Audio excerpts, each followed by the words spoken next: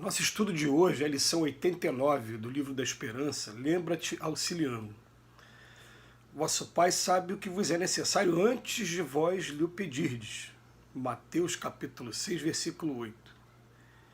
Os espíritos sofredores reclamam preces e estas lhes são proveitosas porque verificando que há quem neles pense, menos desconfortados se sentem, menos infelizes. Entretanto, a prece tem sobre eles ação mais direta, reanima-os, incute-lhes o desejo de se elevarem pelo arrependimento e pela reparação, e possivelmente lhes desvia do mal o pensamento. Capítulo 27, texto 18 do Evangelho segundo o Espiritismo. Lembra-te dos mortos auxiliando. Indiscutivelmente, todos eles agradecem a flor de saudade que lhes atiras, mas, redivivos qual se encontram, se pudesse, te rogariam diretamente mais decisiva cooperação à lei do preito, de superfície. Suponte no lugar deles, de quando em quando, notadamente daqueles que se ausentaram da terra carregando dívidas e aflições. Imagina-te largando a convivência dos filhos recém-chegados do berço crivado de privações e pensa na gratidão que te faria beijar os próprios pés dos amigos que se dispuseram a socorrer-lhes o estômago torturado e a pele desprotegida. Prefigura-te na condição dos que se despediram dos pais desvalidos e enfermos por decreto de inapelável separação e pondera a felicidade que te tangeria todas as cordas do sentimento diante dos irmãos que te substituíssem o carinho, ungindo-lhes a existência de esperança e consolo. Julga-te no agoniado conflito dos que partiram violentamente sobre mágoas ferozes, levando a família a atiçados braseiros de aversão, e reflete no alívio que te sossegaria a mente fatigada perante os corações generosos que te ajudassem a perdoar e servir, apagando o fogo do sofrimento. Considera-se na posição dos que se afastaram à força, deixando ao lar aflitivos problemas, e medita no agradecimento que sentirias ante os companheiros abnegados que lhe patrocinassem a solução. Presume-te no círculo obscuro dos que passaram na terra dementados por terríveis enganos, a suspirarem no além por renovação e progresso, e mentaliza o teu débito de amor para com todos os irmãos que te desculpassem os erros, propiciando-te vida nova em bases de esquecimento. Podes sim trabalhar em favor dos supostos instintos, lenindo-lhes o espírito com a frase benevolente, com o bálsamo da prece, ou removendo as dificuldades e impensos que lhe marcam a retaguarda. Lembra-te dos mortos auxiliando. Não apenas os vivos precisam de caridade, mas os mortos também. É uma questão que é discutível bastante aí nos círculos religiosos e que dentro do Espiritismo vai ter uma orientação bem definida. Muita gente acha que depois que a pessoa desencarna, depois que a pessoa morre para esse mundo, não vale mais a pena você fazer oração por elas. E os espíritos, eles são incisivos mesmo. Ele fala: a principal forma de comunicação espiritual é através do pensamento. Toda vez que a gente pensa neles, eles estão recebendo o influxo das nossas ideias, assim como a gente recebe um telefonema hoje de telefone celular ou através da internet. Eles estão recebendo essas informações. Quando a gente pensa neles, se eles estão felizes, ficam mais felizes ainda. Se não estão felizes, para eles é um lenitivo. Fala assim: pelo menos alguém está lembrando de mim, alguém está pensando em mim. Mas é claro que o Emmanuel, no estudo de hoje, ele vem fazer o seguinte: ele vem fazer um convite que é bastante interessante.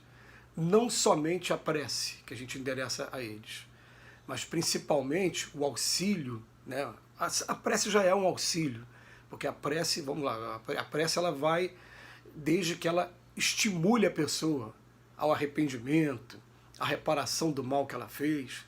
Por isso que a prece, né, sempre que eu vou fazer prece por algumas pessoas, eu falo assim: agora só depende de você. Eu estou aqui desejando que tudo ocorra da melhor maneira, mas você que precisa se arrepender, precisa se conhecer, precisa ter aí os seus momentos aí de reflexão para, a partir daí, fazer um planejamento. A nossa prece tem que ser de estímulo. A prece não tem que ser apenas de demonstração de afeto. A demonstração de afeto, pelo simples pensamento neles, eles já vão saber quando tem amor e quando não tem. Essa aqui é a verdade. Né? Tem pessoas que a gente ama tanto, que a gente lembra com tanto carinho, eles recebem o influxo do carinho. Mas agora, como vai vir o raciocínio logo depois, é que é o interessante. O raciocínio tem que ser esse: é que você agora faça a sua parte também, descubra aí a força do Evangelho, busque aí a sua maneira com a sua família aí do outro lado, enfim.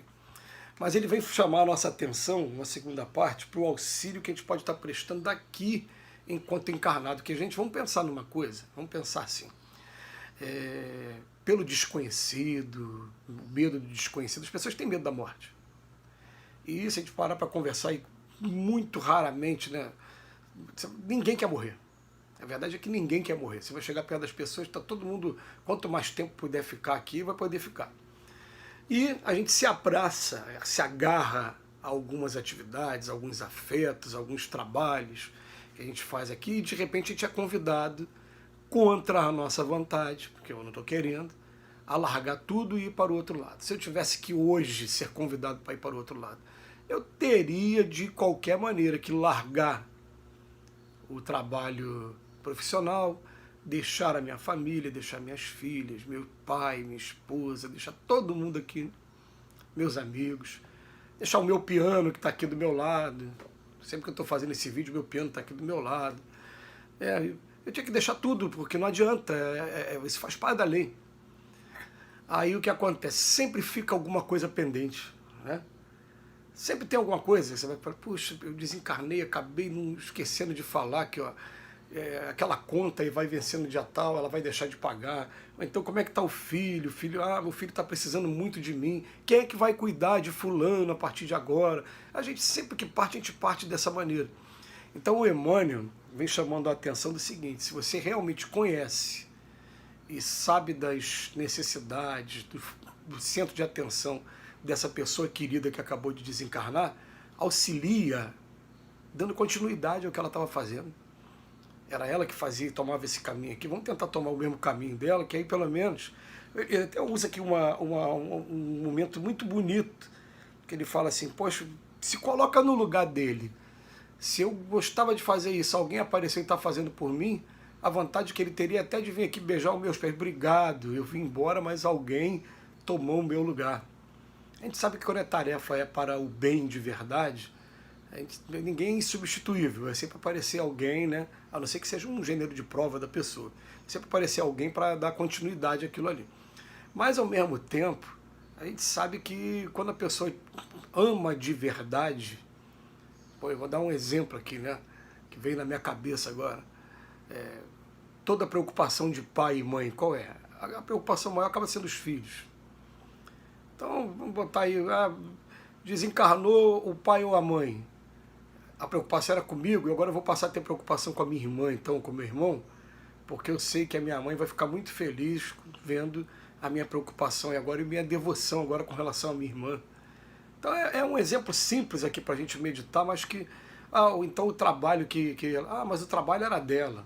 Não, mas em que etapa que ela se encontrava? E às vezes tem trabalhos que a pessoa desempenha, né? Que depois que ela vai embora faz uma falta enorme, e é sempre assim. Principalmente quando vai falar de pai e de mãe, a gente fica assim, poxa, fazia o almoço todo dia, limpava a casa todo dia, e eram coisas assim, a gente estava acostumado a chegar em casa e ver a casa toda arrumadinha, e agora não tem quem arrume, sou eu que tenho que arrumar, senão a casa vai ficar bagunçada.